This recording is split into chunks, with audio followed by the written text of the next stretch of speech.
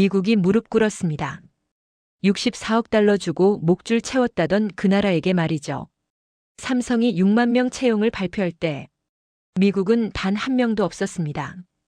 55조 원짜리 텍사스 공장이 있는데도 말입니다. 미 의회가 발칵 뒤집혔습니다. 한국 4만, 유럽 8천, 인도 1만 2천. 미국 0명. 텍사스 주지사는 패닉에 빠졌고 백악관은 국가 비상사태를 선언했습니다. 그런데 이건 시작도 아니었습니다. 3일 후 엔비디아 CEO가 평택으로 날아갔습니다. 일주일 후 애플이 삼성한테 무릎 꿇었어요. 2주 후 사우디가 200억 달러 들고 서울로 왔죠. 한 달 후 유럽 5개국이 줄을 섰습니다. 작은 나라 길들이기? 결과는 정반대였습니다. 대체 석 달 사이 무슨 일이 벌어진 걸까요? 72시간 만에 세상을 뒤집은 한국의 복수, 지금부터 전부 공개합니다. 이야기를 시작하기 전 구독과 좋아요, 댓글에 대한민국 화이팅! 으로 한국을 응원해주세요. 안녕하세요. 저는 워싱턴 DC 전략국제문제연구소 선임연구원 리처드 밀러입니다. 2025년 8월 14일 오전 9시 30분, 저는 백악관 지하 3층 상황실로 내려가고 있었습니다. 두꺼운 강철문을 지나 보안 검색대를 통과했죠. 휴대폰은 당연히 압수당했습니다. 복도를 걷는 내내 가슴이 두근거렸어요. 30년 경력에도 이런 고위급 브리핑은 손에 꼽을 정도였거든요. 상황실 문이 열렸습니다. 타원형 테이블에 국가안보보좌관, 상무부 장관 지나 러몬도 국무부 차관이 앉아 있었어요. 다들 표정이 굳어 있었습니다. 제 자리는 테이블 오른쪽 끝이었죠. 앞에 놓인 서류 봉투를 열었어요. 기밀 등급 표시가 선명했습니다. 대한민국 반도체 산업 통제 전략 초안. 지난 석 달간 제가 작성한 문서였어요. 오전 10시 정각 트럼프 대통령이 들어왔습니다. 그의 얼굴은 자신감으로 가득했죠. 아니, 오만함에 가까웠습니다. 그는 상석에 앉으며 손뼉을 한 번 쳤어요. 자, 시작합시다. 한국 문제부터 해결하죠. 국가안보보좌관이 브리핑을 시작했습니다. 화면에 그래프가 떴어요. 전 세계 반도체 생산 점유율이었죠. 대만 63%, 한국 18%, 미국 12%. 보좌관이 한국 부분을 가리켰습니다. 문제는 여기입니다. 삼성과 SK 하이닉스가 메모리 반도체 시장의 70%를 장악하고 있습니다. 트럼프가 테이블을 탁 쳤습니다. 용납할 수 없어요. 작은 나라 하나가 미국을 쥐고 흔들 수 있다는 게 말이 됩니까? 한국은 우리 동맹 아닙니까? 6.25 전쟁 때 우리가 피 흘려 지켜준 나라 아닙니까? 러몬도가 거들었습니다. 맞습니다, 각하. 그래서 칩스법을 만들었습니다. 64억 달러 보조금으로 삼성을 텍사스로 끌어들였고요. 이제 통제할 차례입니다. 제 차례가 왔습니다. 저는 자리에서 일어나 첫 슬라이드를 띄웠어요. 존경하는 대통령 각하, 대한민국 반도체 기업 통제를 위한 3단계 전략입니다. 1단계 비자 압박입니다. H1B 비자 수수료를 460달러에서 10만 달러로 인상합니다. 217배 올리는 겁니다. 한국 엔지니어 1000명이면 1300억 원이 공중으로 날아갑니다. 러몬도가 미소를 지었습니다. 좋아요. 그들이 미국에서 돈 벌려면 대가를 치러야죠. 2단계 기술 통제입니다. 칩스법 보조금 받는 기업은 향후 10년간 중국 시장 확대를 금지합니다. 중국은 삼성 매출의 30%죠. 미국이냐 중국이냐 선택을 강요하는 겁니다. 트럼프가 고개를 끄덕였습니다. 맞아요. 그들은 우리가 필요합니다. 우리는 그들 없이도 살 수 있지만 그들은 우리 없이 못 살아요. 3단계 의사결정 통제입니다. 보조금 받는 기업은 공장 증설, 대규모 투자 등 중요 결정 시 미국 정부 사전 승인을 받아야 합니다. 국무부 차관이 조심스럽게 물었어요. 그건 주권 국가 기업의 경영권 침해 아닙니까? 저는 준비된 답변을 냈습니다. 아닙니다. 미국 납세자 돈이 들어가는데 감독하는 건 당연합니다. 투명성 확보죠. 러몬도가 힘주어 말했습니다. 정확해요. 공짜 점심은 없어요. 돈 받으면 조건 따르는 거죠. 트럼프가 양팔을 벌리며 웃었습니다. 훌륭해요, 리처드. 작은 동맹국들이 우리 말을 들어야 합니다. 우리가 세계 최강국 아닙니까? 저는 그 순간 가슴이 뿌듯했습니다. 30년 경력의 정점이라고 생각했죠. 하지만 지금 돌아보면 그건 오만의 정점이었습니다. 회의가 계속됐습니다.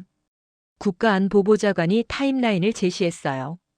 8월 말 칩스법 세부 조항 발표, 10월 비자, 수수료 인상, 12월 최종 규칙 확정. 4개월 안에 한국을 완벽하게 통제합니다. 한 로비스트가 물었습니다. 한국 정부 반발은요? 러몬도가 코웃음 쳤어요. 한국 정부요? 그들이 뭘 할 수 있겠어요? 미국 없이 경제 돌아가는 나라 아닙니다.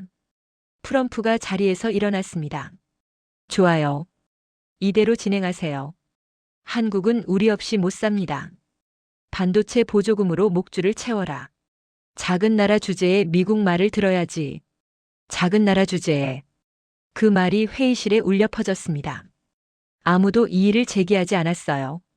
저도 당연한 말이라고 생각했으니까요. 회의가 끝나고 복도로 나왔습니다. 러몬도가 제 어깨를 두드렸어요. 잘했어요, 리처드. 당신 전략대로 하면 연말까지 한국이 무릎 꿇을 겁니다. 저는 자신 있게 대답했죠. 확신합니다. 한국은 선택지가 없습니다. 그날 저녁 저는 동료들과 축배를 들었습니다. 와인 잔을 들며 누군가 말했어요. 한국은 이제 우리 손바닥 위에 있어요. 모두가 웃으며 잔을 부딪혔습니다. 저도 함께 웃었어요. 하지만 그날 밤 서울 삼성전자 본사에서는 전혀 다른 회의가 열리고 있었습니다. 회의 코드명은 프로젝트 독립이었어요. 미국 의존도 제로를 목표로 하는 극비 작전이었죠. 저는 그걸 전혀 몰랐습니다. 2주 후 칩스법 세부 조항이 공식 발표됐습니다. 월스트리트 저널은 일면에 썼죠. 미국이 반도체 주권을 되찾는다. 저는 흡족했습니다. 하지만 삼성은 단 한 줄만 냈어요. 발표 내용을 검토 중입니다. 검토 중. 그게 전부였습니다. 항의도 반발도 없었어요. 워싱턴은 이를 굴복의 신호로 받아들였죠. 저도 마찬가지였습니다. 하지만 그건 굴복이 아니었어요. 폭풍 전야의 침묵이었습니다. 2025년 9월 19일 저는 텍사스주 테일러시에 있었습니다. 삼성전자가 55조 원 규모 반도체 클러스터 착공식을 여는 날이었죠. 오스틴 공항에서 렌터카를 빌려 1시간을 달렸어요. 드넓은 텍사스 평원 한가운데 거대한 건설 현장이 펼쳐져 있었습니다. 현장 입구에는 성조기와 태극기가 나란히 걸려 있었어요. 수백 명의 하객들이 모여 있었죠. 텍사스 주지사 그렉 에벗, 상무부 장관 러몬도, 테일러시 시장, 그리고 삼성 미국 법인 사장까지요. 저는 CSIS 연구원 자격으로 초청받았습니다. 오전 11시 행사가 시작됐습니다. 주지사가 먼저 연단에 올랐어요. 얼굴에 웃음이 가득했죠. 오늘은 텍사스의 역사적인 날입니다. 삼성전자가 우리를 선택했습니다. 8,500개 일자리가 생기고 지역 경제가 살아날 겁니다. 박수가 터져 나왔습니다. 주지사가 계속 말했어요. 미국이 반도체 강국으로 돌아오는 첫걸음입니다. 우리가 다시 세계를 이끌 겁니다. 러몬도 장관이 뒤를 이었습니다.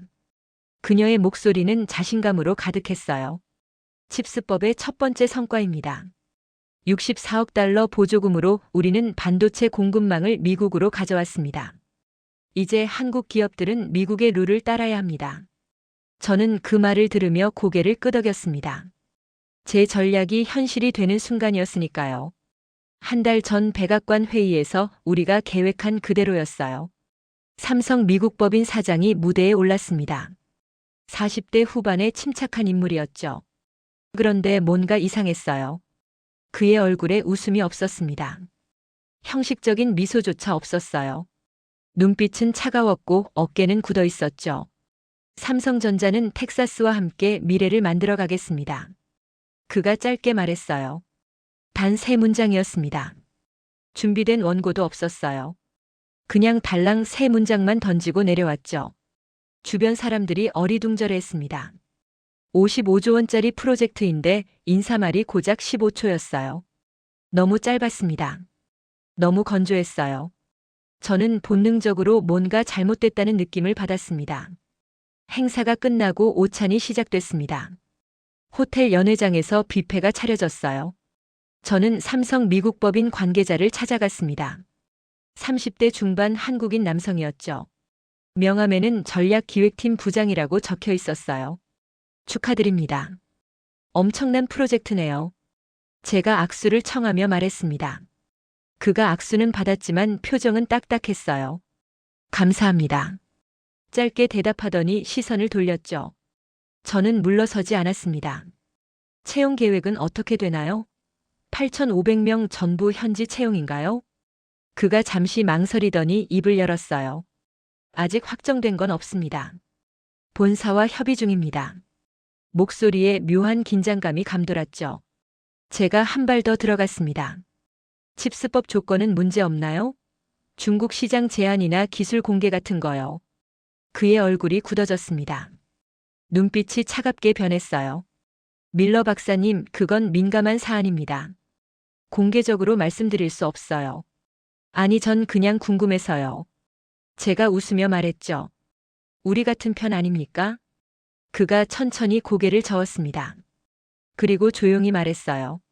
같은 편이라는 게 무슨 의미인지 요즘 잘 모르겠습니다. 본사는 조용히 다른 준비를 하고 있습니다. 다른 준비요? 무슨 준비요? 제가 물었지만 그는 이미 돌아서고 있었습니다. 더 이상 대화하고 싶지 않다는 표정이었어요. 저는 그 자리에 서서 그의 뒷모습을 바라봤습니다. 다른 준비. 그 말이 계속 머릿속을 맴돌았어요.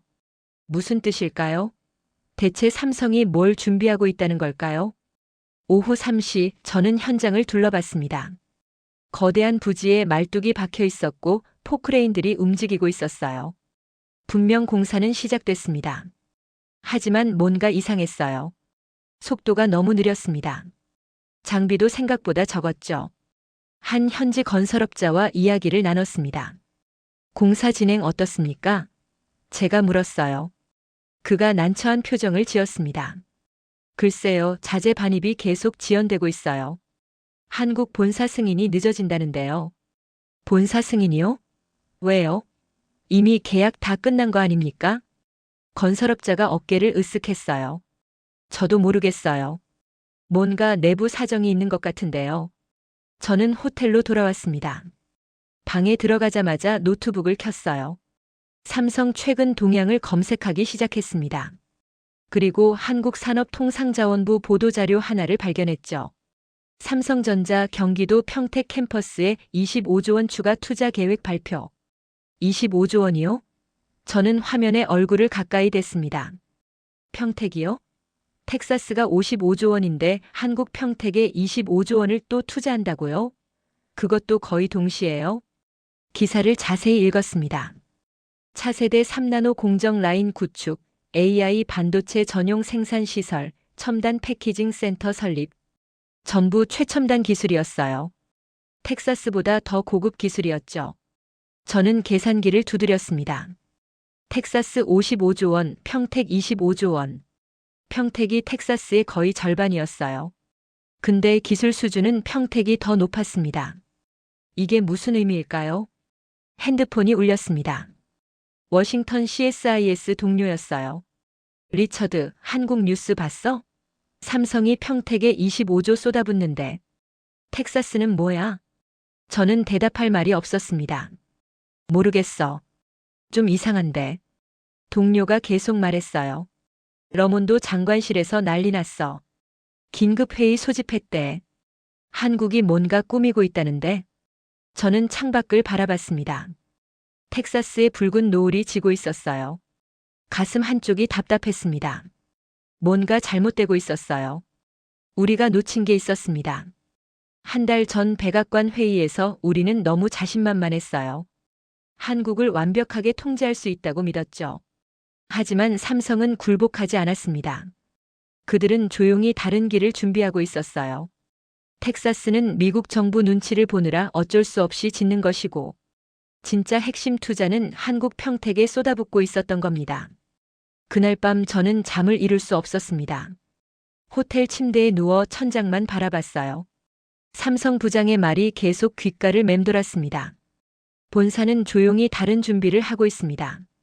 다음 날 아침 워싱턴으로 돌아가는 비행기 안에서 저는 보고서 초안을 작성했습니다. 제목은 삼성의 이중 전략 가능성 분석이었어요. 하지만 제출하지 못했습니다. 확신이 없었거든요. 혹시 제가 과민 반응하는 건 아닐까 싶었어요. 그게 제 두 번째 실수였습니다. 첫 번째는 한국을 무시한 거였고 두 번째는 불길한 신호를 무시한 거였죠. 그리고 두 달 후 그 대가를 치르게 됐습니다. 2025년 10월부터 이상한 일들이 벌어지기 시작했습니다. 삼성이 완전히 입을 다물었어요.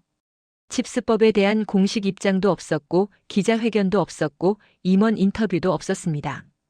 그저 침묵만 있었죠. 워싱턴은 이를 좋은 신호로 받아들였습니다. 제 동료 하나가 복도에서 말했어요. 한국이 조용한 거 봐. 결국 우리한테 굴복한 거야. 러몬도 장관실도 같은 분석을 내놨죠. 삼성은 미국 시장을 포기할 수 없다. 그들은 우리 조건을 받아들일 것이다. 저도 그렇게 믿고 싶었습니다. 하지만 텍사스에서 느꼈던 그 불길함이 계속 남아 있었어요. 그래서 저는 개인적으로 삼성을 추적하기 시작했습니다. 먼저 삼성의 글로벌 투자 패턴을 분석했어요. 지난 5년간 데이터를 모두 모았습니다. 엑셀 시트에 국가별, 연도별 투자 규모를 정리했죠.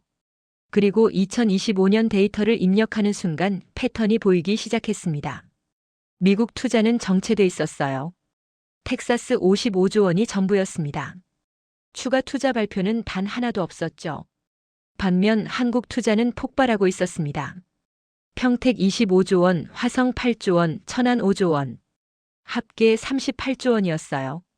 더 놀라운 건 기술 수준이었습니다. 미국 텍사스는 5나노 공정이었어요.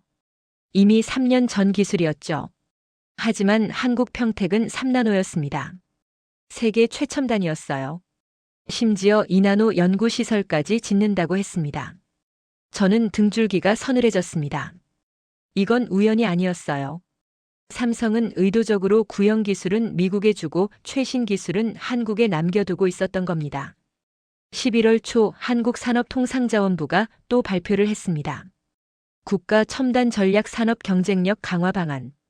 거창한 제목이었지만 내용을 읽어보니 핵심은 명확했어요. 반도체 핵심 장비 국산화율 2027년까지 80% 달성. 80%요? 저는 화면을 다시 봤습니다. 현재 한국의 반도체 장비 국산화율은 30%였어요.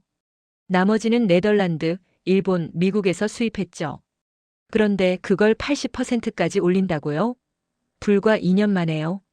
기사를 더 찾아봤습니다. 한국 정부가 8조 원 예산을 투입한다고 했어요.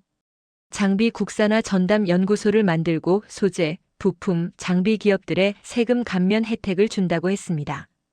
저는 CSIS 동료에게 전화를 걸었습니다. 한국이 반도체 장비 자립하려고 하는데 이거 큰일 아니야? 동료가 웃으며 말했어요. 에이, 그게 되겠어? 네덜란드 ASML 따라잡으려면 20년은 걸려. 걱정 마. 하지만 저는 걱정이 됐습니다. 한국은 말만 하는 나라가 아니었어요. 1970년대 조선, 1980년대 자동차, 1990년대 반도체. 전부 불가능하다고 했던 걸 해냈던 나라였죠. 11월 중순 더 결정적인 정보를 입수했습니다. 제 대학원 시절 친구가 삼성 협력사에서 일하고 있었어요. 그 친구한테 전화를 걸었습니다. 요즘 삼성 분위기 어때? 친구가 한숨을 쉬었어요. 리처드, 지금 난리야. 미국 프로젝트 전부 후순위로 밀렸어. 평택이 최우선이야. 장비, 인력, 예산 전부 평택으로 가고 있어. 텍사스는요? 제가 물었습니다. 텍사스는 최소한만 해. 계약 위반 안 될 정도로만. 본사 지시야. 미국한테 들킬까봐 조용히 하래. 저는 숨이 막혔습니다. 그럼 텍사스 공장은 껍데기만 짓는다는 거예요? 친구가 조심스럽게 말했어요. 내가 이런 말하면 안 되는데 본사에서 코드명이 돌아. 프로젝트 독립이래. 미국 의존도 제로가 목표래. 저는 전화를 끊고 의자에 주저앉았습니다. 프로젝트 독립, 미국 의존도 제로. 이건 대본이 완전히 뒤집힌 겁니다. 우리가 한국을 통제하려고 했는데 한국이 우리를 떠나려고 하고 있었어요. 저는 긴급 보고서를 작성하기 시작했습니다. 제목은 한국 반도체 산업 탈미국 전략 분석이었어요. 모든 데이터를 정리했습니다. 평택 38조 원 투자, 장비 국산화 계획, 기술 수준 격차, 텍사스 프로젝트 지연. 보고서 결론은 명확했습니다. 삼성은 겉으로는 미국 조건을 받아들이는 척하면서 실제로는 한국 중심 생산 체제로 전환하고 있다. 이는 미국의 반도체 전략에 치명적 위협이다. 11월 25일 저는 이 보고서를 CSIS 소장에게 제출했습니다. 소장이 읽더니 고개를 저었어요. 리처드, 이건 너무 과장된 거 아닌가? 한국이 미국을 떠날 수 있다고 생각해? 불가능해. 하지만 소장님, 데이터가 명확합니다. 투자 패턴이 완전히 바뀌었어요. 소장이 보고서를 책상에 내려놨습니다. 데이터는 그렇게 보일 수 있지만 현실은 달라. 한국은 미국 시장 없이 못 살아. 애플, 엔비디아, 구글 다 미국 회사야. 삼성이 그들 없이 뭘 할 수 있겠어? 저는 할 말이 없었습니다. 논리적으로는 소장 말이 맞았어요. 한국이 미국 시장을 포기하는 건 자살 행위였죠. 하지만 본능이 계속 경고했습니다. 뭔가 우리가 모르는 게 있다고요. 12월 1일 결정타가 날아왔습니다. 한국무역협회가 보고서를 발표했어요. 제목이 압권이었죠. 글로벌 반도체 수요처 다변화 전략. 보고서를 읽어보니 핵심은 이거였습니다. 미국 비중 축소, 유럽, 아시아, 중동 비중 확대. 구체적 수치까지 나와 있었어요. 현재 삼성 매출의 미국 비중은 35%. 이를 2027년까지 20%로 낮춘다. 대신 유럽을 25%, 중동을 15%로 늘린다. 저는 이 보고서를 들고 다시 소장실로 달려갔습니다. 소장님, 이것 좀 보세요. 한국이 공식적으로 탈미국을 선언했어요. 소장이 보고서를 훑어봤습니다. 표정이 굳어졌어요. 이건 심각한데. 백악관에 보고해야겠어. 하지만 이미 늦었습니다. 한국은 석 달 동안 조용히 모든 걸 준비해뒀어요. 투자 재배치, 기술 이전, 시장 다변화. 우리가 침묵을 굴복으로 착각하는 동안 삼성은 탈출 계획을 완성하고 있었던 겁니다. 12월 10일 저는 개인 노트에 이렇게 썼습니다. 우리는 한국을 과소평가했다. 작은 나라라고 무시했다. 하지만 그들은 조용히 칼을 갈고 있었다. 이제 그 칼이 우리를 향하고 있다. 그로부터 일주일 후 폭탄이 터졌습니다. 2025년 12월 18일 오전 10시 저는 워싱턴 CSIS 사무실에 앉아 있었습니다. 모니터 2개를 켜놓고 삼성전자 온라인 기자회견을 대기하고 있었어요. 이재용 회장이 직접 나선다는 소문이 돌았거든요. 뭔가 중대 발표가 있을 거라는 예감이 들었습니다. 오전 10시 정각 서울 삼성전자 본사 대회의실 화면이 떴습니다. 수백 명의 기자들이 앉아 있었어요. 이재용 회장이 무대에 올랐습니다. 그의 얼굴은 평온했어요. 아니, 평온하다기보다 단호했습니다. 이미 결심을 끝낸 사람의 표정이었죠. 오늘 삼성전자의 향후 3년 글로벌 인재 전략을 발표합니다. 그가 입을 열었어요. 화면에 슬라이드가 떴습니다. 2026년부터 2028년까지 총 6만 명 신규 채용. 6만 명이요? 저는 앞으로 몸을 숙였습니다. 엄청난 숫자였어요. 옆자리 동료가 휘파람을 불었죠. 와, 삼성 대박이네. 역시 글로벌 기업이야. 저도 그렇게 생각했습니다. 역시 삼성이구나. 하지만 다음 슬라이드가 넘어가는 순간 제 심장이 멈췄습니다. 지역별 채용 계획입니다. 이재용 회장이 차분하게 말했어요. 대한민국 평택, 화성, 천안 캠퍼스 총 4만 명. 유럽 헝가리 고도 캠퍼스 8천 명. 인도 벵갈루루 캠퍼스 1만 2천 명. 베트남 호치민 캠퍼스 7,800명. 저는 화면을 위아래로 훑었습니다. 한 번, 두 번, 세 번. 뭔가 빠진 게 분명했어요. 심장이 미친 듯이 뛰기 시작했습니다. 미국이 없었습니다. 단 한 명도요. 제 옆에서 동료가 중얼거렸어요. 어? 미국은? 미국은 어디 있어? 사무실 전체가 술렁이기 시작했습니다. 모두가 같은 걸 눈치챈 거예요. 저는 급하게 계산기를 두드렸습니다. 4만 더하기 8천 더하기 1만 2천 더하기 7,800. 정확히 6만 명이었어요. 미국 들어갈 자리가 없었습니다. 애초에 계획에 없었던 겁니다. 로이터 기자가 손을 들었습니다. 화면 속에서 그녀가 떨리는 목소리로 물었어요. 회장님, 미국 텍사스 캠퍼스 채용 계획은 언제 발표됩니까?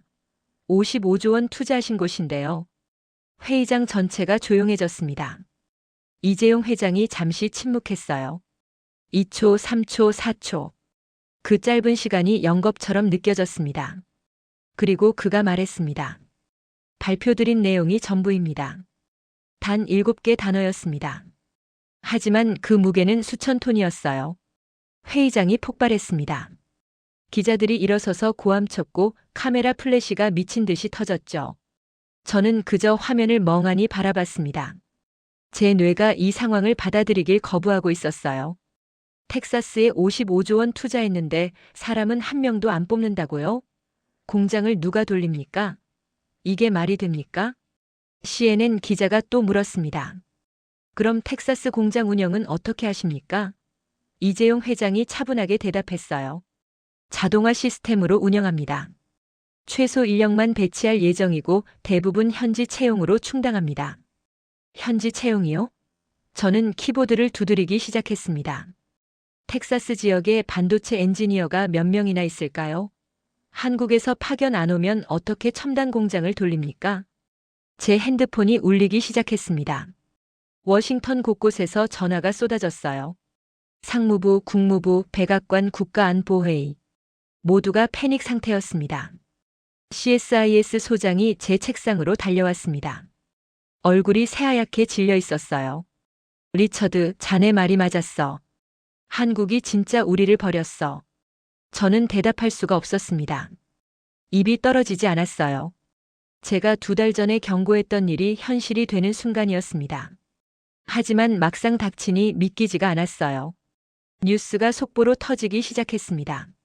CNN 자막이 떴어요. 속보 삼성 6만 명 채용해서 미국 완전 배제. 블룸버그도 띄웠죠. 삼성 전격 발표 텍사스 공장 채용 제로. 제 핸드폰이 또 울렸습니다. 텍사스 주지사실에서 걸려온 거였어요. 급한 목소리가 들렸습니다. 밀러 박사님, 이게 대체 무슨 일입니까? 삼성이 왜 이러는 겁니까? 저는 뭐라고 대답해야 할지 몰랐습니다. 죄송하지만 저도 지금 상황 파악 중입니다. 겨우 그렇게 말했죠. 주지사실 관계자가 다급하게 말했습니다. 우리 시가 삼성 유치하려고 예산의 40%를 쏟아부었어요. 도로 깔고 전기 묻고 상하수도 다시 뚫었다고요. 그런데 사람을 안 뽑는다고요? 8,500개 일자리가 다 날아가면 테일러 씨가 파산합니다. 저는 아무 위로도 해줄 수 없었습니다. 전화를 끊고 모니터를 다시 봤어요. 서울 기자회견이 계속되고 있었습니다. 한 일본 기자가 물었습니다. 이번 결정이 미국 칩스법과 관련 있습니까? 이재용 회장이 잠시 생각하더니 입을 열었어요. 삼성전자는 글로벌 최적화 전략을 추구합니다. 가장 효율적인 곳에 투자하고 가장 유능한 인재가 있는 곳에서 채용합니다. 그의 목소리는 차갑고 정확했습니다. 글로벌 최적화. 그 단어가 칼처럼 제 가슴을 찔렀어요. 결국 미국이 최적화 대상에서 빠진 겁니다. 우리가 한국을 압박하는 동안 한국은 우리 없이 사는 법을 찾아낸 거죠. 오후 1시 백악관에서 긴급 회의 소집 통보가 왔습니다. 저는 택시를 잡아 타고 펜실베이니아 애비뉴를 달렸어요. 차 안에서 뉴스를 확인했습니다. 미국 언론이 난리 났더군요. 폭스뉴스 앵커가 소리쳤습니다. 이건 배신입니다. 우리가 64억 달러 줬는데 한국이 우리를 무시하고 있어요. 워싱턴 포스트는 사설을 냈어요. 미국 반도체 전략의 첫 번째 위기. 백악관 지하 상황실에 도착했습니다. 석 달 전 제가 통제 전략을 발표했던 바로 그곳이었어요. 하지만 분위기는 완전히 달랐습니다. 그때는 자신감이 넘쳤죠. 지금은 공포가 가득했어요. 트럼프 대통령이 들어왔습니다. 얼굴이 붉게 상기되어 있었어요. 분노로 가득한 얼굴이었죠. 그가 주먹으로 테이블을 쳤습니다. 이게 뭐야? 한국이 감히 우리를 무시해? 우리가 돈 줬잖아. 64억 달러 줬다고. 러몬도 장관이 떨리는 목소리로 보고했습니다. 카카, 삼성은 계약 위반을 하지 않았습니다. 공장은 짓고 있어요. 다만 채용 계획에 미국이 없을 뿐입니다. 트럼프가 고함쳤습니다. 공장만 짓고 사람은 안 뽑는다고. 그게 말이 돼? 누가 공장 돌려? 국가안보보좌관이 대답했습니다. 자동화랍니다. 로봇이 대부분 일을 하고 최소 인력만 쓴다고 합니다. 트럼프가 저를 쳐다봤습니다. 눈빛이 날카로웠어요. 리처드, 당신 전략은 어떻게 된 거야? 한국이 무릎 꿇을 거라며? 저는 입술이 바짝 말랐습니다. 죄송합니다, 카카. 제가 한국을 과소평가했습니다. 그들은 우리 압박에 굴복하지 않고 다른 길을 준비하고 있었습니다. 회의실이 침묵에 빠졌습니다. 모두가 제 말의 의미를 알아챘어요. 우리 전략이 완전히 실패했다는 걸요. 우리가 한국을 통제하려다 오히려 한국을 잃어버렸다는 걸요. 그날 오후 삼성 주가가 급등했습니다. 한국 증시에서 7%나 올랐어요. 반면 미국 반도체 장비 기업들 주가는 폭락했습니다. 월스트리트가 알아챈 겁니다. 게임의 규칙이 바뀌었다는 걸요.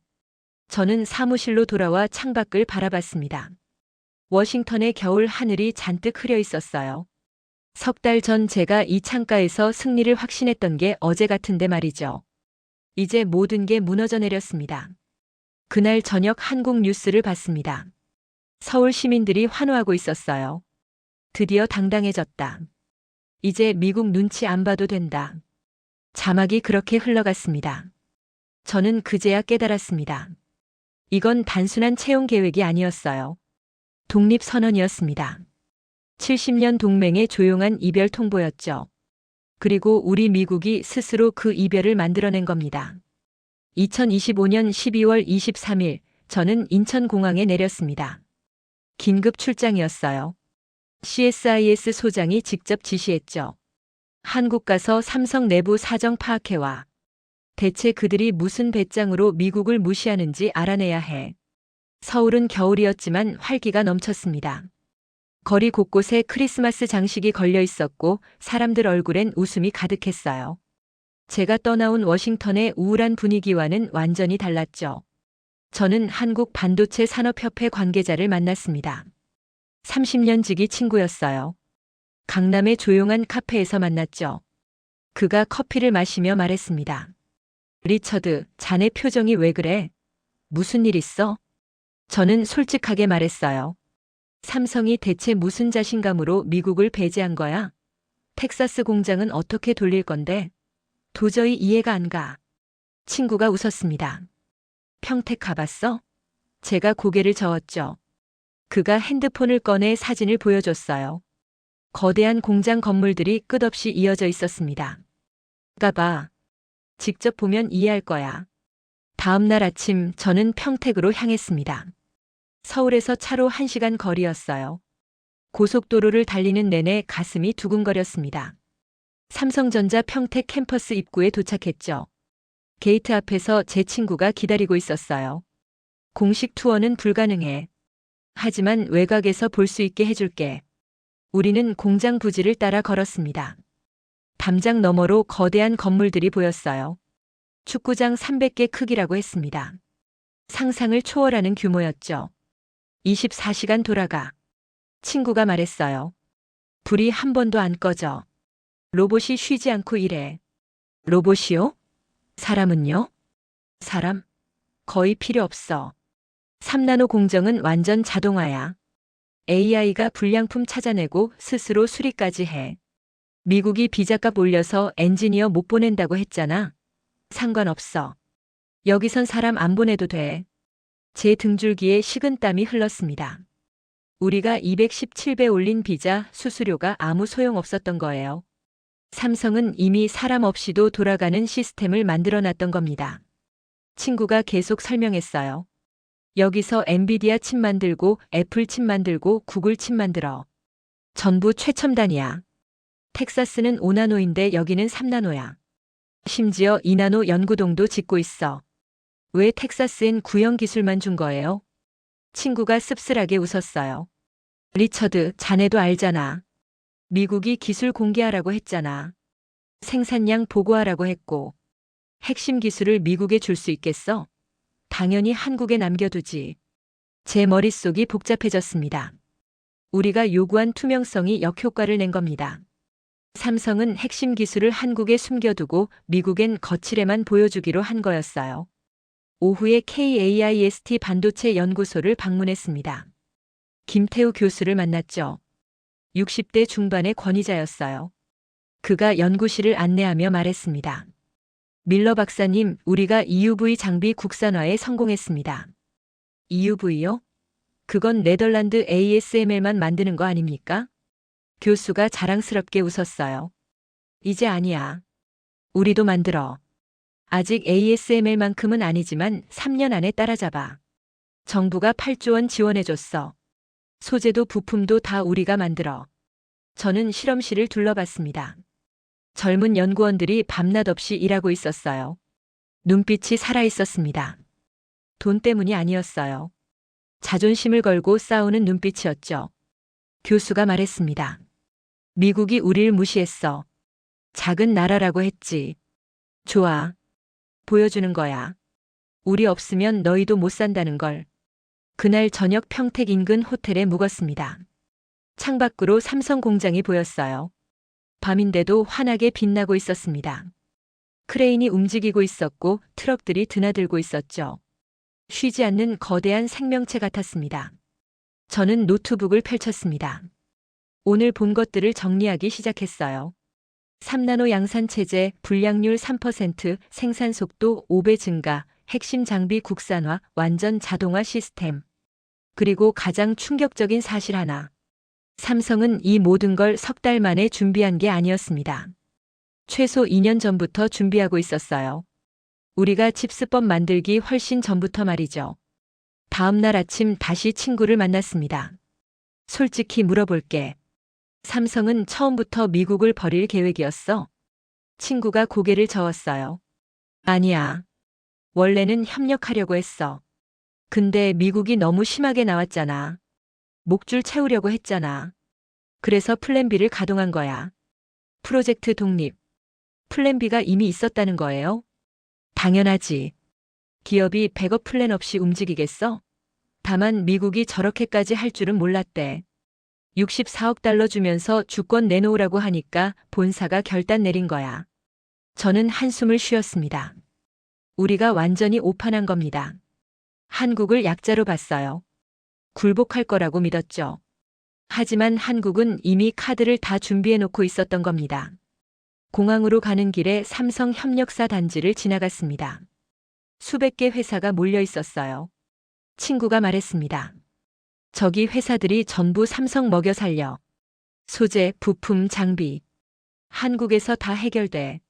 예전엔 일본, 미국, 네덜란드에서 사왔는데 이젠 아니야. 생태계가 완성됐다는 거네요. 맞아. 그래서 삼성이 자신 있는 거야. 미국 없어도 돌아가. 아니, 어쩌면 미국 없는 게 더 편할 수도 있어. 인천공항에서 친구와 헤어졌습니다. 그가 마지막으로 말했어요. 리처드, 워싱턴 돌아가서 전해줘. 한국은 더 이상 작은 나라가 아니야. 우릴 함부로 대하면 안 돼. 비행기 안에서 저는 보고서를 작성했습니다. 제목은 한국 반도체 산업의 완전한 자립이었어요. 결론은 명확했습니다. 삼성은 미국 없이도 세계 최고 수준을 유지할 수 있다. 기술도 있고 장비도 있고 시장도 확보했다. 미국의 협상 카드는 이제 없다. 보고서를 쓰면서 제 손이 떨렸습니다. 30년 경력 처음으로 미국이 질 수도 있다는 생각이 들었거든요. 아니, 이미 졌는지도 몰랐어요. 우리가 동맹을 적으로 만든 순간 말이죠. 워싱턴으로 돌아온 지 이틀 만에 더 충격적인 소식이 들려왔습니다. 2025년 12월 28일 엔비디아 CEO 젠슨 황이 평택을 전격 방문했다는 뉴스가 터진 겁니다. 사전 공지도 없었어요. 언론도 몰랐죠. 그냥 갑자기 평택에 나타났습니다. 저는 CNN 속보를 보고 있었어요. 화면에 젠슨 황이 삼성 공장 안에서 걸어 다니는 모습이 잡혔습니다. 그의 표정이 압권이었어요. 입이 떡 벌어진 채 천장만 쳐다보고 있었죠. 완전히 넋이 나간 얼굴이었습니다. 다음 날 블룸버그가 단독 인터뷰를 실었습니다. 젠슨 황의 말이 인용됐어요. 평택 공장은 미래입니다. 제가 30년간 본 공장 중 최고예요. 컴퓨터가 컴퓨터 칩을 만드는 걸 보니 믿을 수가 없더군요. 그리고 폭탄 발언이 나왔습니다. 엔비디아는 삼성과 AI 칩 생산 계약을 대폭 확대할 겁니다. 평택에서 만들어달라고 요청했어요. 저는 의자에서 벌떡 일어났습니다. 엔비디아가 미국 기업인데 한국 공장을 선택한 거예요? TSMC 대신 삼성을 택한 겁니까? 이건 단순한 비즈니스 결정이 아니었어요. 상징적 의미가 컸습니다. 미국 기업이 미국 정부 압박을 무시하고 한국을 선택한 거였죠. 그날 오후 더 놀라운 뉴스가 터졌습니다. 애플이 팀 쿡 CEO 명의로 삼성에 공식 제안서를 보냈다는 겁니다. 아이폰 어칩 생산을 평택에서 맡아달라는 내용이었어요. 지금까지 TSMC가 독점하던 물량이었습니다. 월스트리트 저널이 내부 문건을 입수해서 보도했어요. 팀 쿡이 이렇게 썼답니다. 삼성 평택 공장의 기술력과 생산 능력을 높이 평가합니다. 애플은 공급망 다변화 차원에서 삼성과 협력을 확대하고자 합니다. 제 동료가 제 책상으로 뛰어왔습니다. 리처드, 이거 봤어? 애플까지 한국으로 간대. 미국 정부 무시하고. 저는 화면만 멍하니 바라봤습니다. 우리가 한국 기업을 압박하는 동안 미국 기업들이 한국으로 달려가고 있었던 겁니다. 아이러니였어요. 정부는 한국을 통제하려 했고 기업은 한국을 선택했죠. 2026년 1월 2일 새해 첫날부터 폭탄이 연달아 터졌습니다. 사우디아라비아 무함마드 빈 살만 왕세자가 서울을 방문했어요. 청와대에서 한국 대통령과 정상회담을 가졌죠. 회담 후 공동 성명이 발표됐습니다. 양국은 네옴시티 첨단 반도체 산업단지를 공동 개발하기로 합의했다.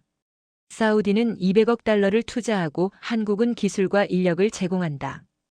200억 달러요? 저는 숫자를 다시 확인했습니다. 26조 원이었어요. 미국 칩스법 예산의 3배가 넘는 금액이었습니다. 그것도 한 나라에서 한꺼번에 쏟아붓는 거였죠. 사우디 투자부 장관이 기자회견에서 말했습니다. 한국은 50년 전 우리 사막에서 피 흘리며 일했습니다.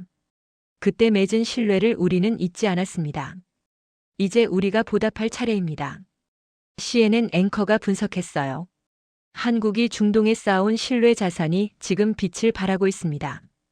반면 미국은 중동에서 신뢰를 잃었죠. 1월 5일 독일 올라프 숄츠 총리가 직접 한국 대통령에게 전화를 걸었습니다. 청와대가 통화 내용을 공개했어요. 독일은 한국과 자동차 배터리 기술 협력을 대폭 확대하고자 합니다. 우리 기술도 공유하겠습니다. 프랑스 에마뉘엘 마크롱 대통령도 서울을 방문하겠다고 발표했습니다. 원전 기술 협력과 아프리카 시장 공동 진출을 논의하겠다고 했죠. 유럽 전체가 움직이고 있었습니다. 헝가리는 삼성에 200만 제곱미터 부지를 100년간 무상 제공하겠다고 발표했어요. 체코는 법인세 20년 면제를 약속했고요. 폴란드는 SK 하이닉스 유치를 위해 세금 전액 면제안을 내놨습니다. 저는 지도를 펼쳐놓고 표시하기 시작했습니다. 사우디, UAE, 독일, 프랑스, 헝가리, 체코, 폴란드, 베트남, 인도. 한국과 계약을 맺었거나 협상 중인 나라들이었어요. 세계 지도가 표시로 가득 찼습니다. 빠진 곳이 딱 하나 있었죠. 북미 대륙이었습니다. 1월 8일 제 친구 하나가 전화를 걸어왔습니다. 실리콘밸리에서 일하는 엔지니어였어요. 리처드, 지금 이쪽 분위기 알아? 다들 한국 가려고 난리야. 무슨 소리예요? 삼성이 평택에서 엔지니어 스카우트한대. 연봉 2배 준대. 거기다 주택 지원, 자녀 교육비 전액. 우리 팀에서만 벌써 3명이 지원했어. 저는 충격받았습니다. 미국 인재들이 한국으로 가고 있었던 거예요. 그것도 자발적으로요. 1월 12일 결정타가 날아왔습니다. 중국이 움직인 겁니다. 중국 상무부가 발표했어요. 중국은 한국과 반도체 기술 협력을 강화한다. 정치는 정치고 기술은 기술이다. 백악관이 발칵 뒤집혔습니다. 우리가 가장 두려워하던 시나리오였어요. 한국이 중국 쪽으로 기울면 어쩌나 걱정했는데 그게 현실이 된 겁니다. 긴급 NSC 회의가 소집됐습니다. 저도 참석했어요. 국가안보보좌관이 브리핑했습니다. 우리가 한국을 중국 쪽으로 밀어버렸습니다. 최악의 결과입니다. 트럼프 대통령이 고함쳤어요. 그럼 어쩌자는 거야? 한국한테 무릎 꿇으라고. 보좌관이 조심스럽게 말했습니다. 각하 협상 테이블로 돌아가야 합니다. 조건을 완화하고 관계를 회복해야 해요. 트럼프가 주먹으로 테이블을 쳤습니다. 안 돼. 미국이 먼저 굽히면 안 돼. 하지만 현실은 냉정했습니다. 그날 저녁 월스트리트 저널이 사설을 냈어요. 미국은 선택의 기로에 서 있다. 자존심을 지킬 것인가, 동맹을 지킬 것인가. 둘 다는 불가능하다. 저는 사무실로 돌아와 창밖을 바라봤습니다. 워싱턴의 겨울밤이 차가웠어요. 한 달 전만 해도 우리가 주도권을 쥐고 있다고 믿었습니다. 하지만 지금은 전 세계가 한국 편에 서 있었어요. 제 책상 위에 메모지가 놓여 있었습니다. 동료가 남긴 거였죠. 리처드, 우리 졌어. 인정하는 게 낫지 않을까? 저는 그 메모지를 구겨서 쓰레기통에 던졌습니다. 하지만 마음속으로는 인정하고 있었어요. 동료 말이 맞았습니다. 우리는 이미 졌어요. 한국을 무시한 순간부터 말이죠. 2026년 1월 15일 미국 의회가 청문회를 소집했습니다. 제목은 한국 반도체 기업 이탈 사태 원인 규명이었어요. 상원 외교위원회 주최였죠. 저는 증인으로 출석 명령을 받았습니다. 청문회 전날 밤 저는 잠을 이룰 수 없었습니다. 호텔 방에서 증언 원고를 수십 번 고쳐 썼어요. 뭐라고 말해야 할까요? 정부 정책을 변호해야 할까요? 아니면 진실을 말해야 할까요? 새벽 3시 저는 원고를 찢어버렸습니다. 그리고 백지에 딱 한 줄만 썼어요. 우리가 동맹을 적으로 만들었습니다. 오전 10시 의회 청문회장에 들어섰습니다. 방청석이 가득 찼어요. 기자들이 수십 명 앉아 있었고 카메라가 저를 향했죠. 증인석에 앉으니 온몸이 떨렸습니다. 위원장이 회의를 시작했습니다. 오늘은 대한민국 반도체 기업들이 미국을 외면하고 있는 사태에 대해 논의하겠습니다. 첫 번째 증인 리처드 밀러 박사님 나와주시죠. 저는 천천히 증인석으로 걸어갔습니다. 선서를 했어요. 진실만을 말하겠다고 맹세했죠. 자리에 앉자 공화당 테드 크루즈 상원 의원이 바로 공격을 시작했습니다. 밀러 박사, 당신이 대한국 반도체 통제 전략을 설계했죠? 그가 서류를 흔들며 물었어요. 저는 고개를 끄덕였습니다. 그렇습니다. 그럼 책임이 당신한테 있는 거 아닙니까? 64억 달러 줬는데 한국이 우리를 무시하고 있어요. 당신 전략이 실패한 거잖아요. 방청석이 웅성거렸습니다. 저는 물 한 모금을 마셨어요. 목이 바짝 말라 있었죠. 의원님, 제 전략만의 문제가 아닙니다. 우리 접근 방식 자체가 잘못됐습니다. 무슨 소리예요? 크루즈 의원이 목소리를 높였어요. 우리가 돈 줬잖아요. 조건 거는 게 당연하지 않습니까? 저는 심호흡을 했습니다. 그리고 준비한 말을 꺼냈어요.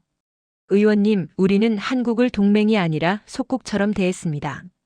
보조금을 주면서 주권을 요구했어요. 기업 경영에 간섭하고 중국 시장을 포기하라고 강요했죠. 민주당 크리스 쿤스 의원이 끼어들었습니다. 하지만 그건 미국 이익을 위한 합리적 조건 아닙니까? 저는 고개를 저었어요. 아닙니다.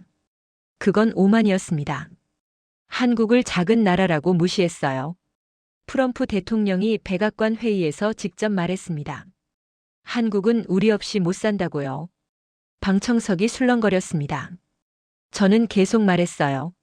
하지만 우리가 틀렸습니다. 한국은 우리 없이도 살 수 있었어요. 아니, 어쩌면 우리 없는 게 더 나았을지도 모릅니다. 크루즈 의원이 책상을 쳤습니다. 밀러 박사, 지금 무슨 말을 하는 겁니까? 미국을 배신하는 겁니까? 저는 그의 눈을 똑바로 쳐다봤습니다. 배신이 아닙니다. 진실입니다. 우리가 한국을 압박하는 동안 전 세계가 한국을 선택했어요. 사우디가 200억 달러 들고 갔고 유럽이 무릎 꿇었고 미국 기업들조차 한국으로 달려갔습니다. 제 목소리가 떨렸지만 멈추지 않았습니다. 저는 평택에 다녀왔습니다. 직접 봤어요. 삼성은 세계 최고 기술을 가지고 있었어요. 3나노 공정, 완전 자동화, 장비 국산화. 우리가 무시하는 동안 그들은 세계 최강이 되어 있었습니다. 쿤스 의원이 물었습니다. 그럼 우리가 어떻게 했어야 한다는 겁니까? 저는 잠시 침묵했습니다. 그리고 천천히 말했어요. 동등하게 대했어야 합니다. 파트너로 존중했어야죠. 70년 동맹을 믿고 협력을 제안했어야 했어요. 하지만 우리는 통제를 택했고 그 결과가 지금입니다. 또 다른 공화당 의원이 물었습니다. 지금이라도 회복할 수 있습니까? 저는 고개를 저었어요. 모르겠습니다. 신뢰는 쌓는데 70년이 걸렸지만 무너지는 건 석 달이면 충분했어요. 우리가 한국을 작은 나라라고 부른 순간 모든 게 끝났습니다. 방청석에서 카메라 플래시가 터졌습니다. 저는 계속 말했어요. 제가 전략을 잘못 설계했습니다. 하지만 더 큰 잘못은 우리의 오만함이었어요. 강대국이 약소국을 지배할 수 있다는 착각이었죠. 기술을 가진 나라가 이제 주도권을 줍니다. 한국이 그걸 증명했어요. 위원장이 말했습니다. 밀러 박사, 그럼 당신은 미국이 졌다고 보는 겁니까? 저는 고개를 숙였습니다. 그리고 조용히 대답했어요. 네. 우리가 졌습니다. 동맹을 적으로 만든 순간 이미 진 겁니다. 청문회장이 조용해졌습니다. 아무도 말이 없었어요. 저는 물을 한 모금 더 마셨습니다. 손이 떨려서 컵을 제대로 잡을 수가 없었죠. 이 시간 동안 추가 질의가 이어졌습니다. 하지만 저는 입장을 바꾸지 않았어요. 계속 같은 말을 반복했습니다. 우리가 틀렸다고요. 한국을 무시한 게 실수였다고요.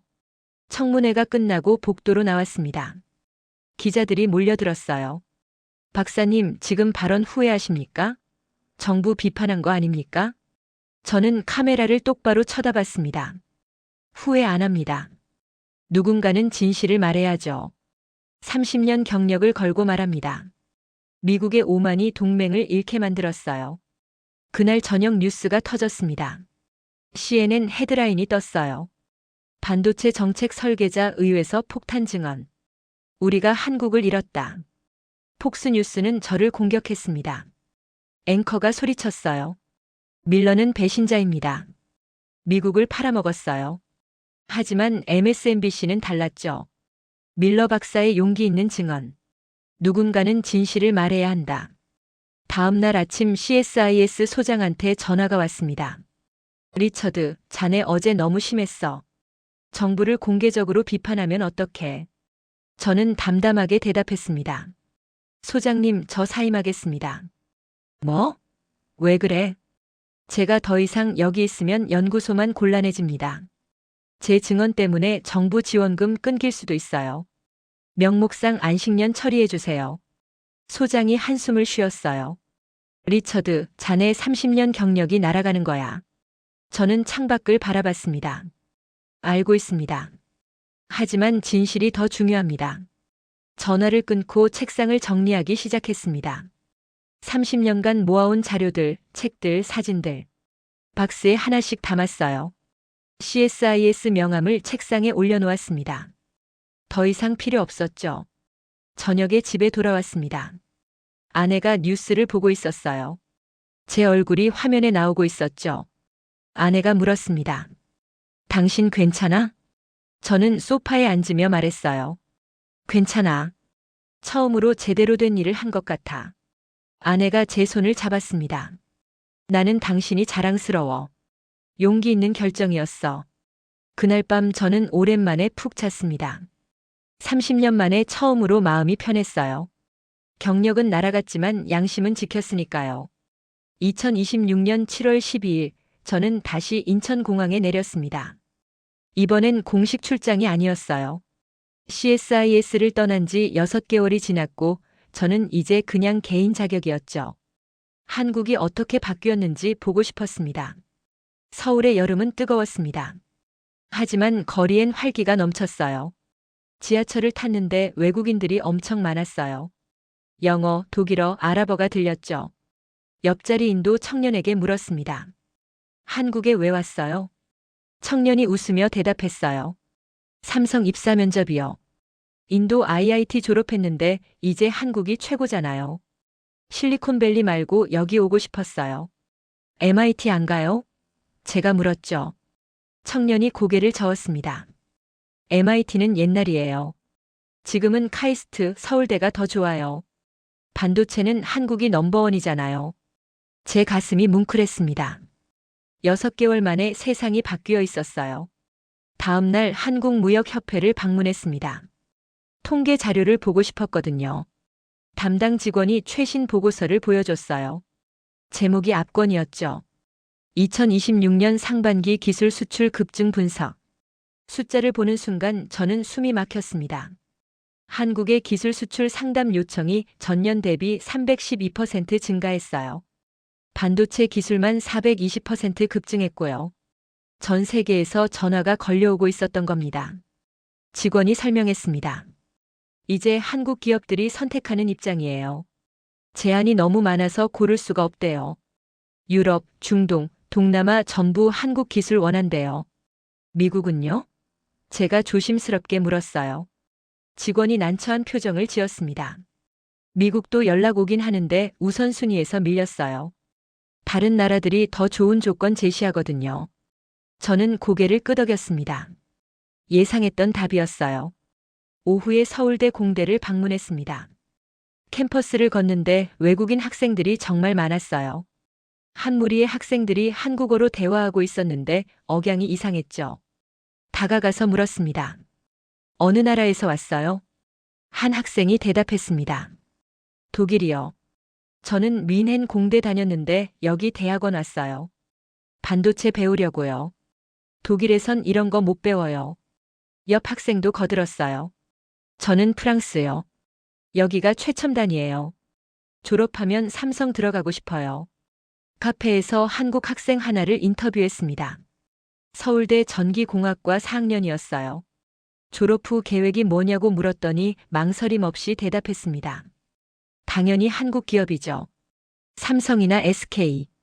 여기가 세계 최고인데 왜 외국 가요? 예전엔 미국 가는 게 꿈이었는데 이젠 아니에요. 주변 친구들도 그래요? 제가 물었어요. 학생이 고개를 끄덕였습니다. 다들 한국 남으려고 해요. 외국인 친구들은 오히려 한국 오려고 난리예요. 완전 뒤바뀐 거죠. 저는 커피를 한 모금 마셨습니다. 씁쓸했어요. 6개월 전만 해도 한국 인재들이 미국으로 갔는데 이제는 반대였습니다. 다음 날 평택으로 향했습니다. 삼성 공장 외부에서 멀리 바라보려고요. 6개월 전 왔던 그곳이었죠. 공장은 더 커져 있었습니다. 새 건물들이 추가로 지어지고 있었어요. 담장 근처에 서서 바라봤습니다. 24시간 불이 켜진 건물들, 쉬지 않고 움직이는 크레인들. 엔비디아 칩이 여기서 나오고 애플 칩이 여기서 나오고 구글 칩이 여기서 나왔습니다. 세계가 이 공장에 의존하고 있었어요. 한 작업자 아저씨가 퇴근하는 걸 봤습니다. 50대 후반쯤 돼 보였어요. 저는 다가가서 인사했습니다. 실례지만 여기서 일하세요? 아저씨가 고개를 끄덕였어요. 15년째 다니고 있어요. 요즘 회사 분위기 어떤가요? 아저씨 얼굴에 자부심이 가득했습니다. 좋죠. 우리가 세계 최고잖아요. 외국 사람들이 부탁하러 와요. 기술 달라고 칩 만들어 달라고요. 예전엔 우리가 고개 숙였는데 이젠 반대예요. 아저씨가 계속 말했어요. 제 아버지가 1970년대 중동 가셨어요. 사막에서 막노동하셨대요. 돈 벌려고요. 외국 사람들이 무시했대요. 가난한 나라 사람이라고요. 아저씨 눈에 눈물이 고였습니다. 근데 지금 보세요. 그 나라 사람들이 우리한테 배우러 와요. 기술 가르쳐 달라고 빌어요. 아버지한테 보여드리고 싶어요. 아버지, 우리 이겼어요. 저는 그 순간 울컥했습니다. 이건 단순한 경제 성공이 아니었어요. 70년 서름을 푸는 이야기였습니다. 작은 나라라고 무시당했던 사람들이 이제 세계 최고가 된 겁니다. 저녁에 호텔로 돌아왔습니다. 뉴스를 켰어요. 한국 방송이었죠. 앵커가 보도하고 있었습니다. 올해 상반기 한국 기술 무역 수지 흑자 50조 원 돌파. 역대 최대 규모입니다. 화면에 그래프가 떴어요. 2020년부터 쭉 올라가는 선이었습니다. 특히 2026년에 급등했죠. 해설자가 분석했습니다. 한국이 기술 강국으로 완전히 자리 잡았습니다. 이제 세계가 한국 기술을 원합니다. 저는 노트북을 펼쳤습니다. 뉴욕타임스 기고문을 쓰기 시작했어요. 제목은 제가 틀렸습니다. 한국은 작은 나라가 아니었습니다. 키보드를 두드리며 6개월을 회상했습니다. 의회 증언 후 제 삶은 완전히 바뀌었어요. CSIS를 떠났고 정부 자문도 끊겼죠. 하지만 후회하지 않았습니다. 기고문 마지막 문단을 썼습니다. 저는 30년간 미국이 세계 최강이라고 믿었습니다. 하지만 틀렸어요. 진짜 힘은 군사력이나 경제력이 아니었습니다. 기술이었어요. 그리고 그 기술을 존중하고 협력하는 자세였죠. 미국은 오만했고 한국은 침묵했습니다. 결과는 명확했어요. 세계가 한국을 선택했습니다. 마지막 날 아침 저는 평택 공장이 보이는 언덕에 올라갔습니다. 해가 떠오르고 있었어요. 아침 햇살이 거대한 공장을 비췄습니다. 연기가 피어오르고 있었고 차들이 드나들고 있었죠. 저는 조용히 중얼거렸습니다. 제가 틀렸습니다. 한국은 작은 나라가 아니었어요. 작지만 강한 나라였습니다. 조용하지만 당당한 나라였죠. 공항으로 가는 택시 안에서 기사님이 물었습니다. 한국 어땠어요? 저는 웃으며 대답했습니다. 놀라웠어요. 세상이 바뀌었더군요. 기사님이 자랑스럽게 말했어요. 우리 이제 당당해요. 아무한테도 안 밀려요. 인천공항 출국장을 지나며 면세점을 봤습니다. 삼성 갤럭시, LG 제품들이 진열돼 있었어요. 외국인들이 줄 서서 사고 있었죠.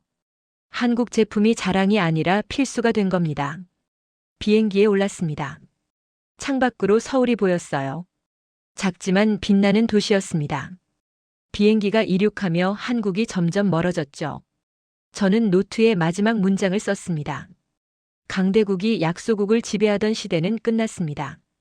이제는 기술을 가진 나라가 세계를 이끕니다. 한국이 증명했어요.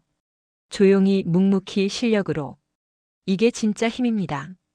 워싱턴으로 돌아가는 14시간 동안 저는 계속 생각했습니다. 미국이 이 교훈을 배울까요? 오만을 버리고 협력을 택할까요? 모르겠습니다.